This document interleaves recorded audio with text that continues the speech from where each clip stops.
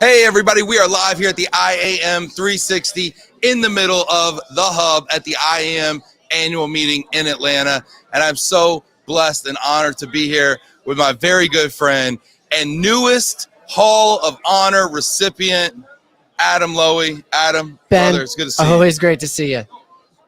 Dude, what did that feel like being up on stage? I mean, this guy literally, we're 10 minutes late for going on air because this guy was literally just on stage receiving the 2022 IAM Hall of Honor, which is the highest award and recognition in our industry. Honestly, you look at all the other names from all the other years that are on there, and I've got a little sense of imposter syndrome, if I'm being honest. It was humbling. It was amazing.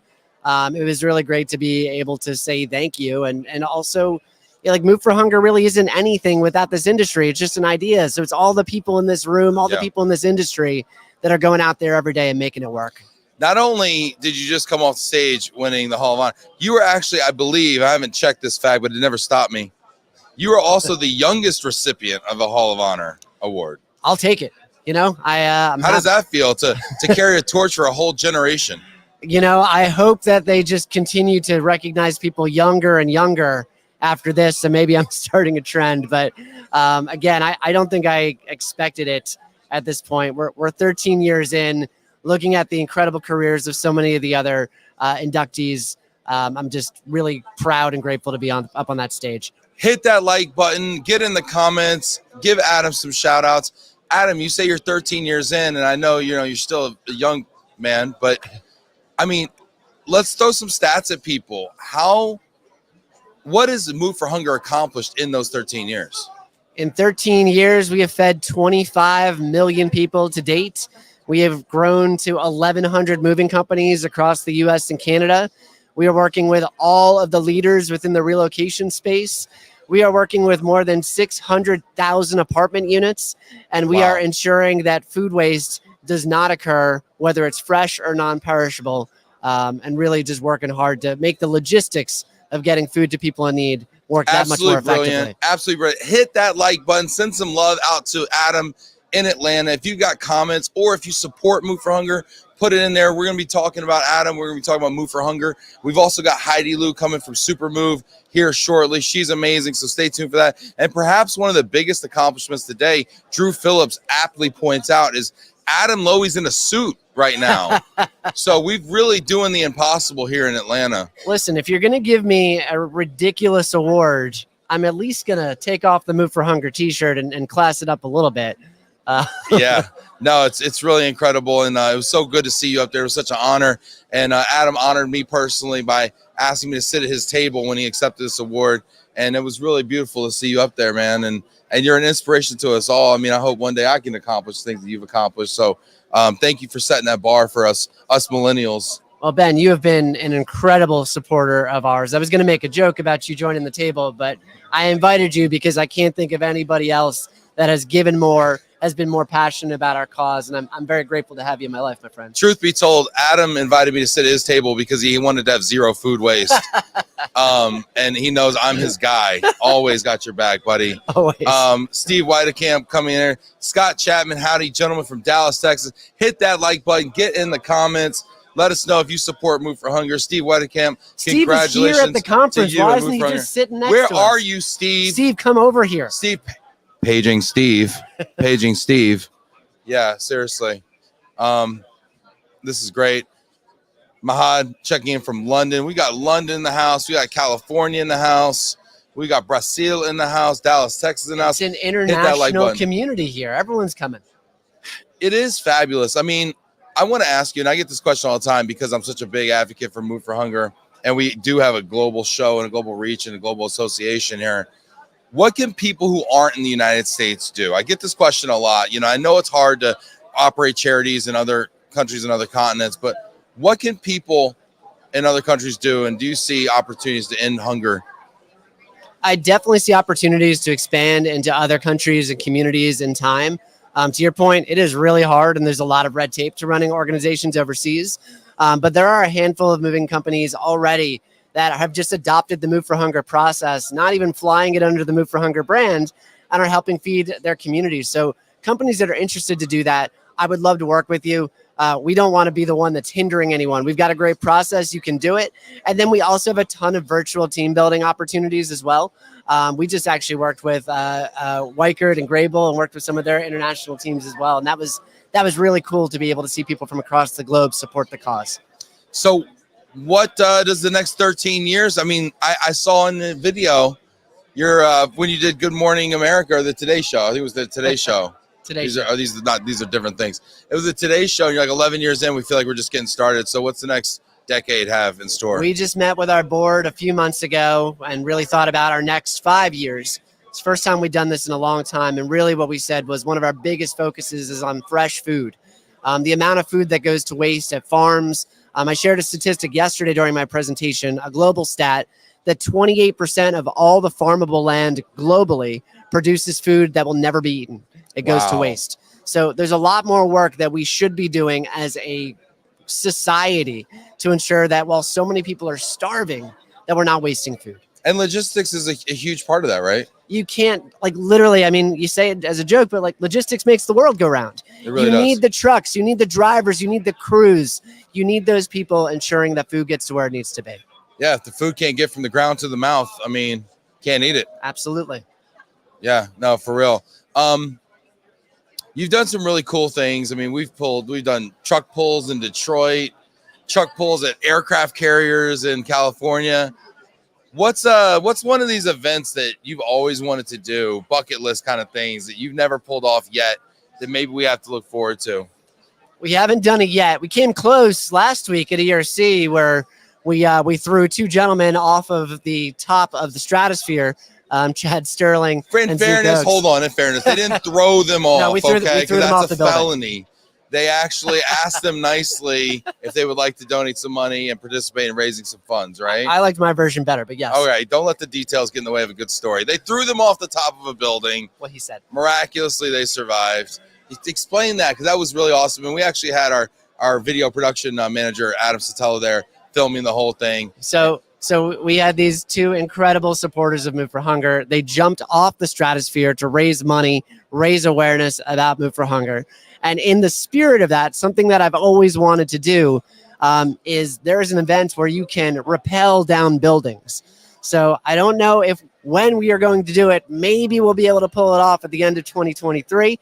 But I want to find a building and get a whole bunch of people out that will raise money to strap themselves in and rappel from the roof down to the ground. What is it about feeding people and almost getting them killed that you really enjoy? It's less about, it's like bringing them to the brink, making them just appreciate life so much, and then pulling them back with a can of soup. I feel like when you're fundraising, you're trying to figure out how to separate yourself from all the noise, because there are a lot of incredibly worthy charities out there, right? So anytime that we do something, we try to make it loud, we try to make it fun, we try to make it educational, and most importantly, we want to make sure that it has an impact. So all of those funds raised, whether we're throwing CEOs off of a building or pulling trucks or doing trivia or other team building events, I want to make sure that when the people finish that exhilarating activity, they know that families are getting fed because of it. Well, it was amazing. And shout out to Zeke Oaks from Alexander's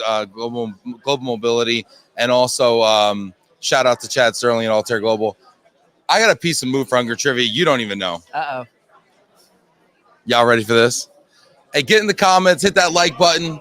Let me know if you have any Move for Hunger trivia or things, factoids that you want to share. Adam, you just were awarded the youngest Hall of Honor recipient in IAM's history. Storied 60-year history. Do you know who nominated you for that award? I don't know who nominated me for that award. Do you want to guess? It wasn't me. My guess would be Terry Head. It was Terry Head, actually. Terry Head, actually. And you were so kind in your speech, to recognize Terry as that affable drill sergeant that we all love, who's shepherded us. Terry's just a great human. Amazing human being. And I'm even though he is retired, he spends his summers on the Jersey Shore, and my family and his family have been able to get together and hang out on the beach. And I can't have enough Terry in my life. It's Terry's amazing. an amazing person. He was the president when I came into the association, and Chuck was the whippersnapper. Chuck was that whippersnapper. He was that whippersnapper and agitator of the military. He still is a little bit. He still is a little bit. He still is. We love Chuck so much, and love this association so much. And talk about what your experience was like when you first joined IAM. So when I first joined, I mean, we were a domestic-based organization, and we still mostly are. So coming in here, I was a little bit overwhelmed, not really knowing what to talk about with this global audience. But when I talked about what we were doing here and how we were trying to really reduce food waste and food insecurity, immediately, everybody was supportive. I've actually never been in a room with a much more supportive community. And that is what IAM has always been to me. It's become this family of supporters, and I'm very grateful for it. It's so supportive. It's so collaborative. And if they see you doing something great, they bring you in and say, how can we do it together? And we finally, with the DAB, the domestic asset-based movers here at IAM, we just threw our first after party, which benefited Move for Hunger. That party was kind of nice too. Yeah. I'll be honest with you. I've been in a lot of parties and a lot of ballrooms of a lot of conferences, right? And oftentimes they're kind of lame. I actually really like that party a lot. You really transformed the space. A lot of good furniture. Shout out to Court. Court Rentals, they donated that furniture. Shout out to Court. And they made that space look amazing. Amazing lighting, amazing. You had bars everywhere. You had the DJ going. There was pool tables. There was stuff to do. There's a VIP section. And there was a 200-person rock, paper, scissors tournament, which we'd never done before. Listen, we need that thing audited next year, that 200-person. Because honestly, I didn't make it out of the first round. And I know my rock, paper, scissors game is on point. You can't throw paper every time, Ben. And nobody told me I can't throw paper. I'm a paper forward guy. Somehow Jana made it into like the fourth round. Jana knows what she's doing. This isn't her first rodeo. Somehow. But I think Heidi might have had beef with some of the results of one of those rounds. Heidi was getting close. We're going to sort that out a little bit, I think. But there was no one that was more competitive in that game than Heidi. I saw her. She was screaming. She was jumping. People don't know that Heidi was actually a D1 athlete. For rock, paper, scissors? For rock, paper, She was varsity rock, paper, scissors. She lettered in rock, paper, scissors. 3-year letter in rock, paper, scissors. 3 letters. Yeah, for sure. This is great. Speaking of Heidi, we got Heidi Liou hanging out. Hit that like button. Get in the comments. I want to know who you are, where you are. Give your company a shout out. This is fantastic. Adam, really appreciate you being here. Well, Ben, I want to put a call out to everybody else that's watching right now, because we're getting into the holiday season. And while people are hungry year round, I know this is the time when hunger is on people's minds. And you may be thinking, what can you do? What can I do today to get involved?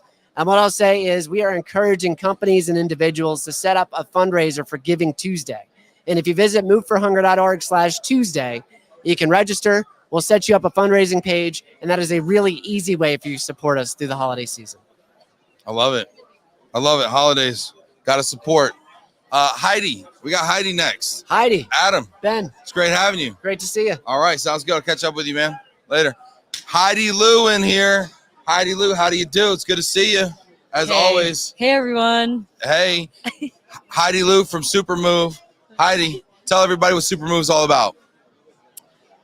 We are helping moving companies make better decisions using our software. So, we're collecting a lot of data in our software, helping people become paperless. So we have the paperless is huge too. Paperless is so big because on a couple fronts, right? I mean, sustainability is like top of everyone's mind, so it's being kind of like forced there from the market and our customers. But then also, the DoD just mandated, paperless inventories, right? I mean, is that impacting like how you develop software and solutions? Definitely. I think there's a lot that is being pushed because of, the government mandate. Yeah. By May 23, everyone has to do electronic inventories for the military. So, everyone's starting to scramble, look at software, see that, they need to go paperless, but now it's this final push.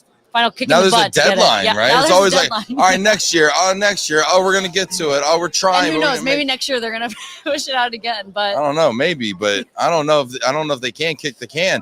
Not only that, but now you're gonna have this sole source GHC provider, right? And So they're only Everyone's going to have talking one about person to enforce it with. It's going to be really interesting here. Yeah. What other types of trends are happening in moving software right now? I'd say being able to use software to increase your profitability per job. So how do we do that? Because I think we're all interested in increasing our profitability. Yeah. So a lot of companies, they don't even know what's going into the cost of a move, but we break it down. We have like the line items. You're able to give certain percentages to your salespeople, and you're able to add a tip at the end of a move. So it's kind of reminding. Add a tip. Yeah, See, reminding I like people, that, because even the Starbucks baristas hit me with that at the end, and all of a sudden I'm giving 20% to the barista. 5 years ago, I wasn't, I wouldn't, I mean, I'll be honest with you, everybody's getting a tip these days. Yeah. So you flip the screen, they ask you to tip, but it's a good reminder. It's a good reminder for moving, the good and now you customer can to tip. Now you can tip digitally, whereas before it's like, oh gosh, I don't have any cash on me. Yeah. And now you just put it on the card. Yeah, exactly. Bang. So I like that. There's every mover out there should like the flip for the tip. So on our crew app, your mover is holding a tablet. At the end of the move, you're signing your digital bill of lading, and then there's a screen for you to tip. So I know it sounds like a really simple thing, but it actually has. We've seen a lot of jobs increase their profitability. People are really happy about it. Well, now if you're getting more tips to your crews, their income goes way up. Yeah. Way more than you could way more than going from $15 an hour to $25. I mean, no mover's going to make that kind of a jump. Yeah. But if you facilitate the tipping, now all of a sudden their income goes to $20, $30 an hour, and now they can recruit the best and the brightest. Yeah. I mean, these little details make huge ripple effects. It's details, and it's creating a software that's really easy to use. I think crew members, they don't want to get confused with technology. Technology is already confusing to everyone. So how do you build something that's really simple, and you press one button, okay, next screen, okay, tip, you sign away, and then you're done. Yeah. So I think software is really, really here to help moving companies make more money, but also have transparency with their job profitability, transparency with capacity. Yeah. So are you seeing so you talk about transparency and all this kind of data and job costing and everything that goes into it. Are you also offering reports that they can run? Correct. Yeah. The reporting is a huge part of, when I say being able to bring data into one system, you're able to then look at those reports and make decisions based on them. You can see, okay, where are your jobs coming from? What referral sources are they coming from? The data the reporting can get really detailed and complex. And this is something actually a lot of business owners, they come to us saying, we need better reporting. And how do you start with that? You need better data. I like that about where the referral sources are coming from, right? Yeah. Because I've worked at moving companies and we have 30, 40, 50 different, channels, right? And we only have so much marketing dollars. And the hardest part about the consumer business is really the fragmentation of it, right? All the different channels and the extraordinarily high cost of customer acquisition. People complain about, going to a conference and having a booth, but it's going to cost you $200 per move to go out on the Google. On the Google, right? On that Google ad, that expensive. Google crack over there trying to get these move leads, right? Yeah. I mean, it pales, advertising here pales in comparison to that. Yeah. So if I don't know which channels I'm at, and I want to say I got 50 channels of coming in, and I allocate my spend across them evenly, I'm throwing away money on 80% of those channels probably. Yeah. So, with the reporting, you can see, okay, most of our leads are coming from Facebook. What should we do? Let's put more money in Facebook. It's working for us. Let's keep going at that thread. Exactly. And also, are you also showing them where they're converting? Because most of your leads may come from Facebook, but the ones that come from Thumbtack may convert better. Yeah. The higher conversion rates. We're getting really technical now, but I want to get in the weeds. I know, the movers need to know the devil's in the details, you know? You're able to see, those conversion rates to see if there's a lot of leads coming from Facebook, if they're actually converting and becoming customers, and then if they're becoming repeat customers, and why are they becoming repeat customers? We're tracking that data. You're putting it into one system. It's all important to, have it into one. Is there also revenue per order? So we're looking at amount of leads, we're looking at conversion rate, and then we're looking at how much money per. Because if I'm getting a bunch of crappy little let me move a couch moves to I'm getting these big old 4, 5, 6 bedroom houses. Yeah. moving long distance versus local. I mean, all that stuff. Those reports definitely show you, what's your money making jobs, and then how do we just increase that? So what is the kind of the demographic or business type and mix of your customer base? Is it local? Is it long distance? Is it international? I mean, we support local, interstate, intrastate, international. So where are most of them? Like, what would be that client persona for you? Most would probably be local and residential. We work with some really big movers in the U.S. and they want to continue bringing those movers on. Local, and I'd say local, interstate. Where do you see the growth in your business coming from?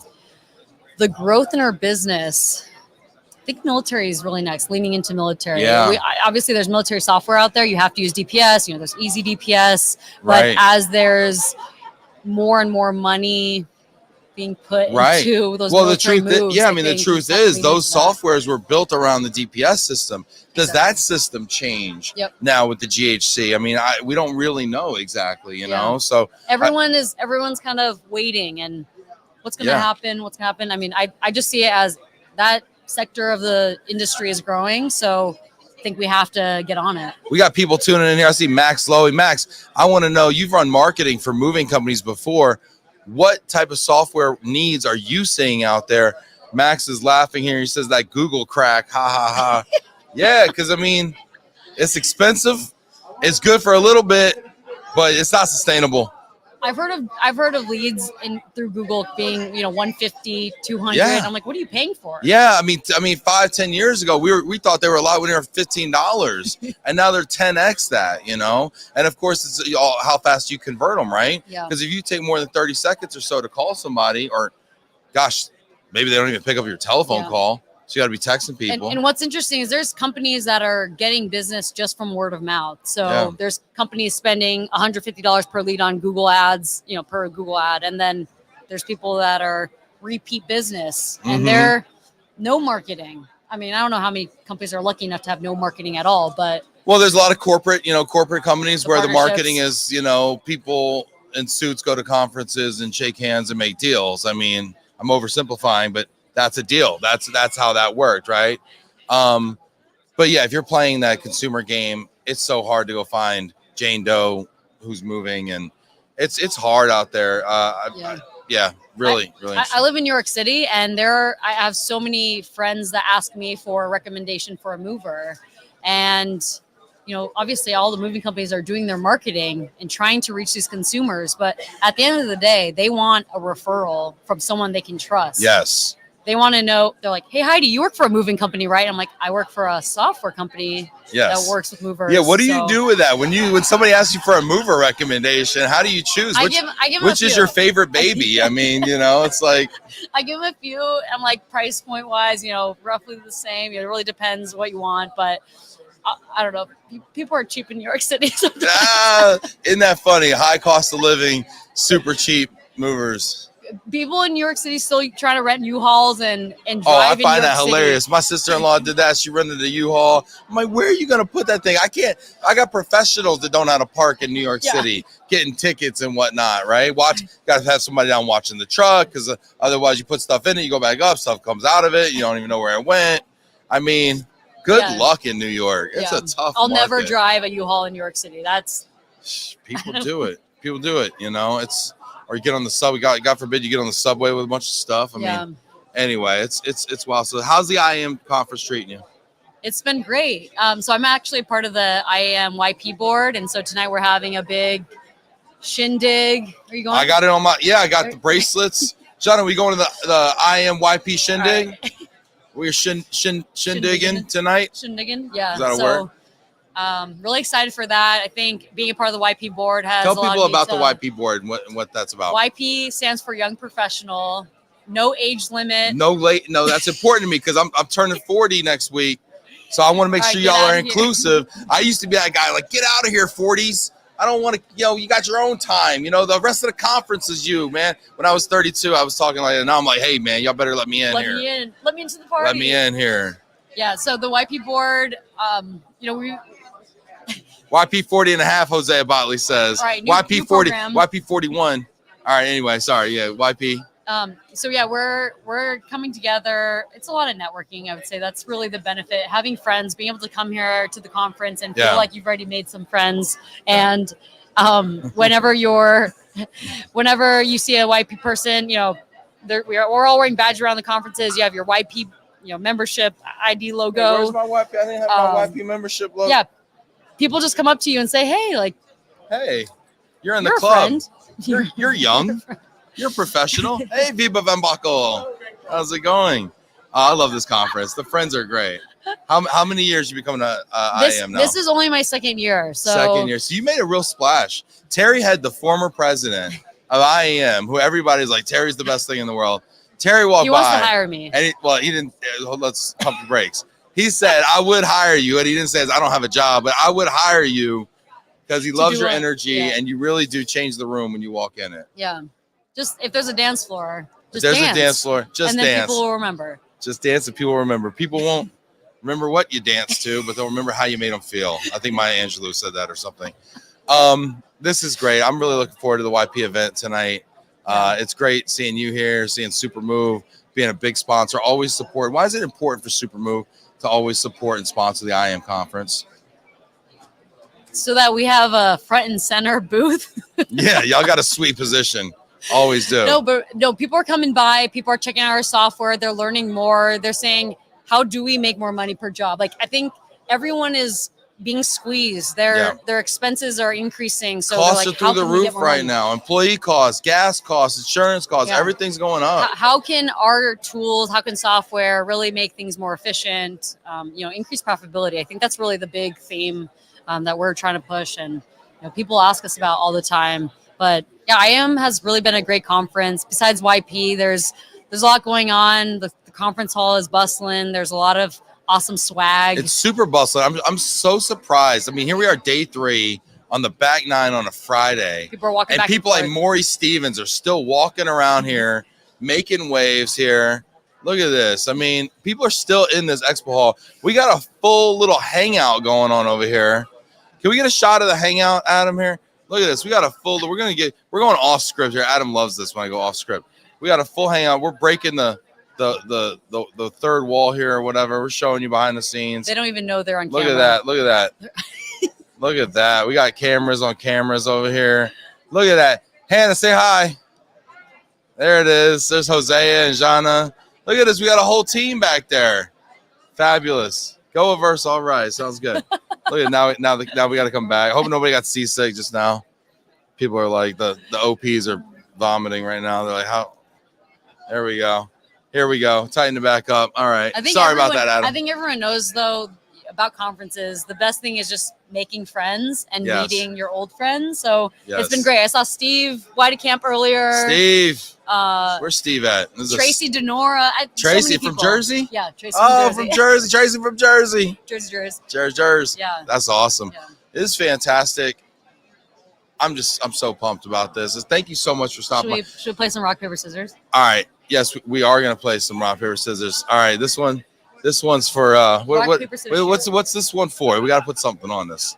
We got to. All right. Whoever loses has to do their weirdest dance move. All right, here we go. Jeez, why do I ask questions I don't want to know the answer to?